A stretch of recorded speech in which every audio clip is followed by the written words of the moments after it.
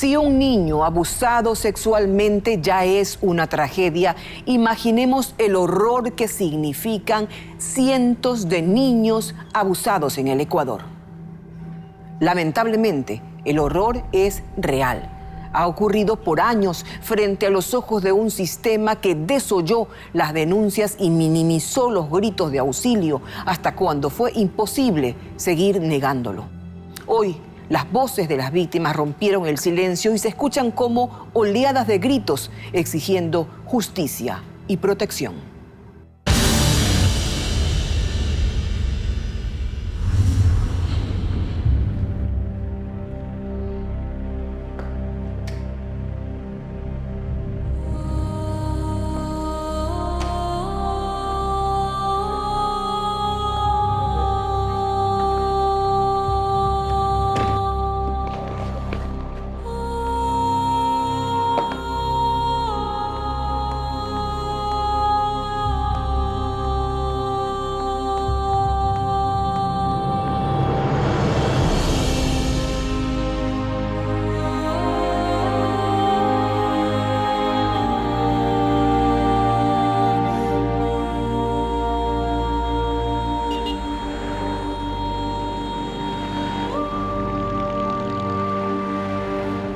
El escenario, un área rural de la provincia de Manabí. La protagonista, una niña de 6 años, que como cualquier niño va todos los días a clases. Pero Sandra, como se llama la niña, vive lejos de la escuela y su madre acaba de dar a luz, así que no tiene tiempo para llevarla y recogerla cada día. A Sandra la mandan en un expreso que, en realidad, es una tricimoto, cuyo chofer brinda el servicio de transporte a los niños del lugar. Los padres de familia lo conocen, la escuela lo conoce. Fue recomendado. Pero la madre de Sandra empieza a notar algo raro. La niña sale de clases antes de la 1 de la tarde, pero el expreso la trae a casa más de 1 hora después, cerca de las 2. Yo le pregunté que por qué llegaba tan tarde y me dijo que porque ese señor va a dejar a otros estudiantes. La respuesta no la convenció. Ella sentía que pasaba algo y no estaba equivocada. O sea, por todo lo que sale en las noticias en todo momento y que hay que estar muy alerta a eso. De tanta insistencia mía, ella me dijo, yo le pregunté que si ese señor es baboso con ella, si le toca las partes íntimas, y ella no quería responder. Solo me dijo que si ella me contaba, yo le pegaba. Inmediatamente yo le dije que le iba a revisar. Ella no quería, pero ahí sí yo tuve que ponerle mi carácter y la llevé a la habitación y le revisé. Y sí, ella tenía sus partes íntimas irritadas y así muy grande como para ser una niña, muy abierto. La madre llamó a la policía. La niña fue sometida a exámenes médicos y el delito se confirmó.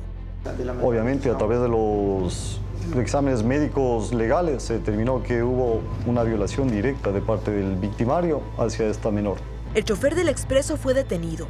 La niña está en tratamiento psicológico y las investigaciones están en marcha para saber si Sandra fue la única pequeña violada o si los otros estudiantes a los que el hombre transportaba también han sido víctimas. Últimamente se visibilizaron todos estos casos, anteriormente no se los denunciaba. En los últimos meses se ha incrementado el número de denuncias, básicamente en Manabí y en Manta, que es nuestro distrito de jurisdicción. Tenemos actualmente en el 2017 147 denuncias. 147 denuncias de niños víctimas de abuso sexual ya es un horror. Pero en realidad eso es apenas una mínima parte. Los números que se manejan a nivel nacional parecen imposibles de creer. Tenemos casos de 840 casos, de los cuales el 50% tenemos evidencias que han sido sancionados. Ahora, los 840 de los que la asambleísta Salgado habla son casos, no víctimas. Es decir, dentro de cada uno de esos casos puede haber varias víctimas. Pueden ser miles de víctimas, no podemos decir cuántas hay. Llegaron preocupados al conocer la denuncia de abuso sexual en la institución pública donde estudian sus hijos. El caso de una supuesta violación contra una menor de 6 años en una escuela del norte de Quito es el más reciente en una larga lista de abusos a estudiantes. Se confirmó que los menores fueron violados. El profesor fue capturado en delito flagrante. Que 2 niños de prekinder y kinder habrían sido abusados sexualmente por el profesor de música. El curso sabía, porque él no daba hora de clase a veces que le tocaba a él. Lo que hacía presentarse al curso y llamaba. Mi hija salía, él la bajaba. Dice mi hija que abajo en la oficina que él tiene, le hacía cosas como besarla, molgosidades, de tocarle la parte. La hija de Elsa tiene 16 años y hasta hace poco estudiaba en una academia naval en Guayaquil. La madre había notado cambios de comportamiento. Se le cambiaba el genio, se molestaba por nada, lloraba, se cortaba. Pero no alcanzaba a imaginar qué estaba ocurriendo. Lo descubrió porque unas compañeras de su hija se lo contaron. Cuando se lo preguntó a la joven, tuvo la confirmación. Y además se dio cuenta de que el abuso ocurría desde hace 2 años. Indignada fue al colegio para pedir ayuda y denunciar al profesor.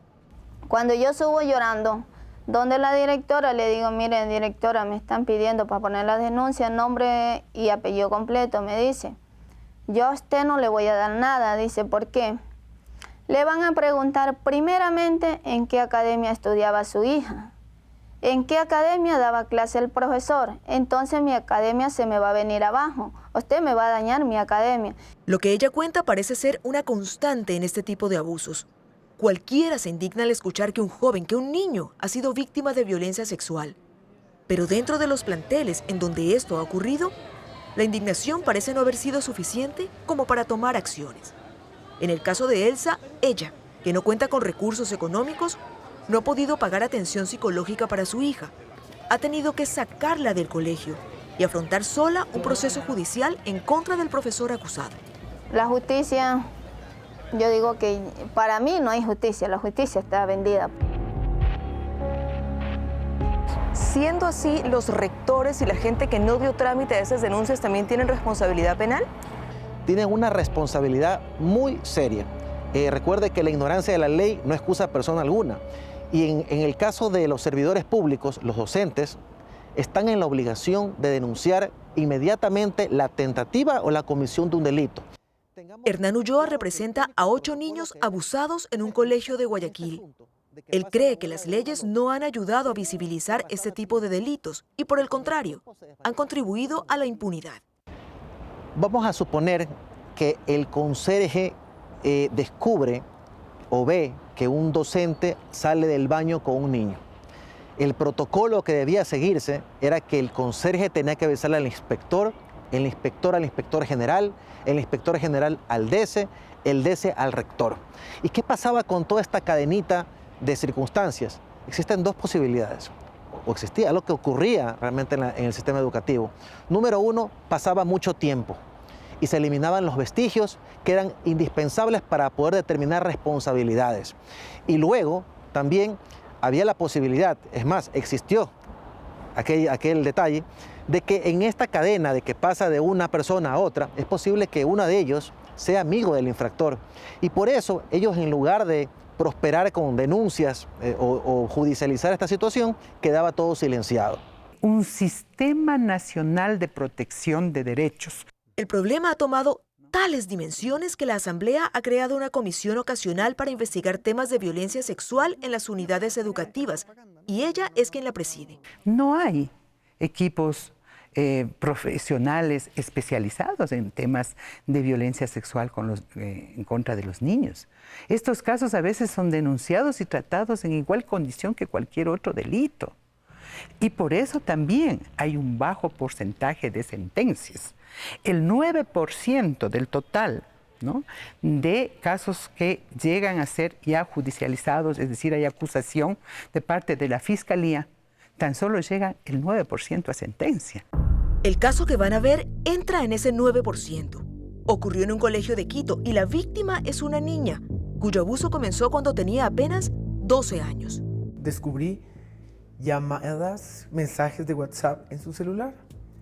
Mensajes que estaban muy fuera de tono y en los cuales mi hija me dijo que era de un profesor que ella tenía de matemáticas. Mensajes como te amo, no puedo vivir sin ti, me voy a bañar pensando en ti, amo tus curvas.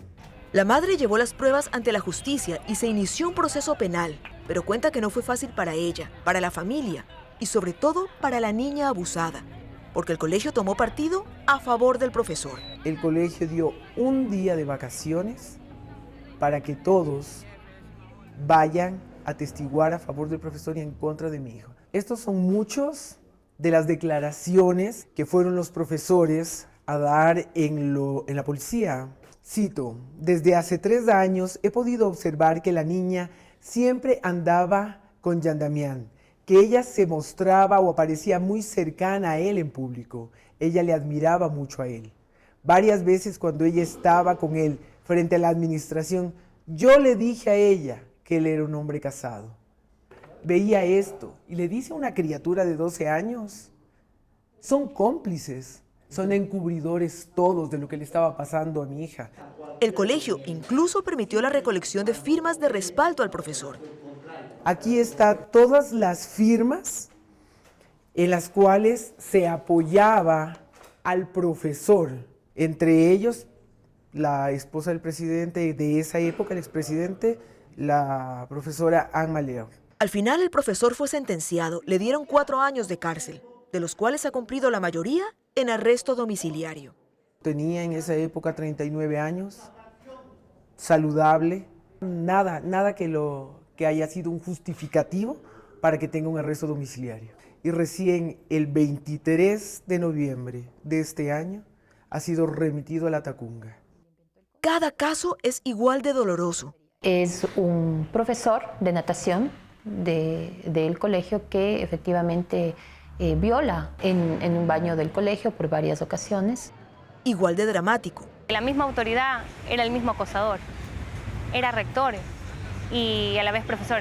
Igual de indignante. Mi hija nos contó de que el profesor la había invitado a salir para ver si lo pasaba de año para poder recuperar esa materia. Pero todos estos casos que ahora nos estremecen han venido ocurriendo desde hace años, sin que nadie los detectara, o si alguien los detectó, sin que alguna autoridad hiciera nada al respecto. Antes del 2014 no hay un solo registro. Y el problema de la violencia sexual no es desde el 2014. Cuando se conoció y no se actuó, hay responsabilidad. La pregunta ya no es qué pudo hacerse para que no pasara, sino qué puede hacerse para que ya no ocurra más. Y esa no es una respuesta fácil. La Comisión Ocasional de la Asamblea, adelantándose a la consulta popular, trabaja en reformar la Ley Orgánica de Educación para que los delitos sexuales contra niños no prescriban. Desde la red de maestros se habla de incluir maestros verdaderos en el entorno escolar y si no es así, por lo menos establecer mecanismos de control.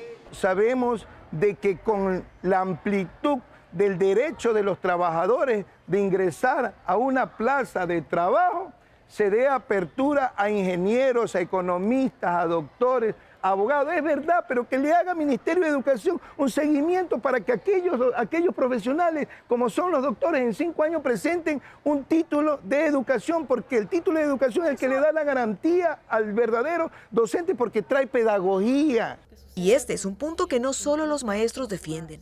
Muchos de estos casos, como en el caso Ampetra, en el caso Aguirre Abad, en el caso de la Condamine, tanto en colegios públicos como privados, no tienen título profesional, no tienen credenciales que los faculten para ejercer esos cargos, tampoco tienen experiencia docente y nosotros, por información del Ministerio, sabemos que hay 1.800 profesores de escuelas públicas que no tienen título profesional, sino que son bachilleres. Nosotros, a partir de que entramos al Ministerio de Educación, lo que hemos estado es regulando todo este proceso de docentes, que a lo mejor puede ser que no hayan estado enmarcados dentro del perfil que exige el Ministerio de Educación. Sin embargo, nosotros hemos estado lanzando concursos de méritos y oposición, el último, el Quiero Ser Maestro 6, dentro del cual nosotros analizamos a cabalidad todo el perfil. Aunque en lo que todos parecen estar de acuerdo es en que el solo hecho de poder denunciar ya es un primer paso. Que ahora sí, el padre de familia, el docente, el directivo puede expresar con mayor libertad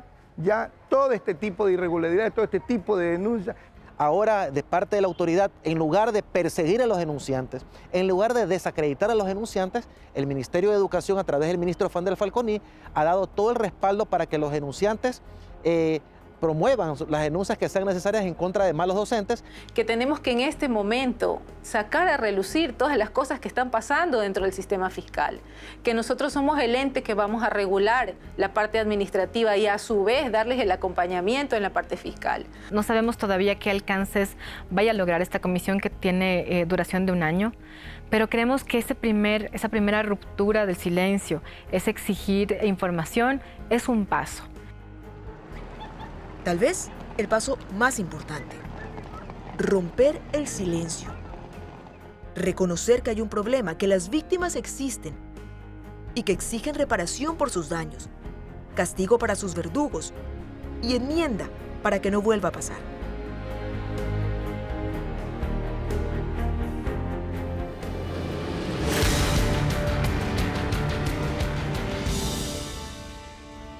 ¿Cuáles son los esfuerzos en Galápagos para salvar al tiburón del peligro de extinción? Se lo contamos al volver. Esto es Ecoavisa y su Visión 360, 4ª temporada.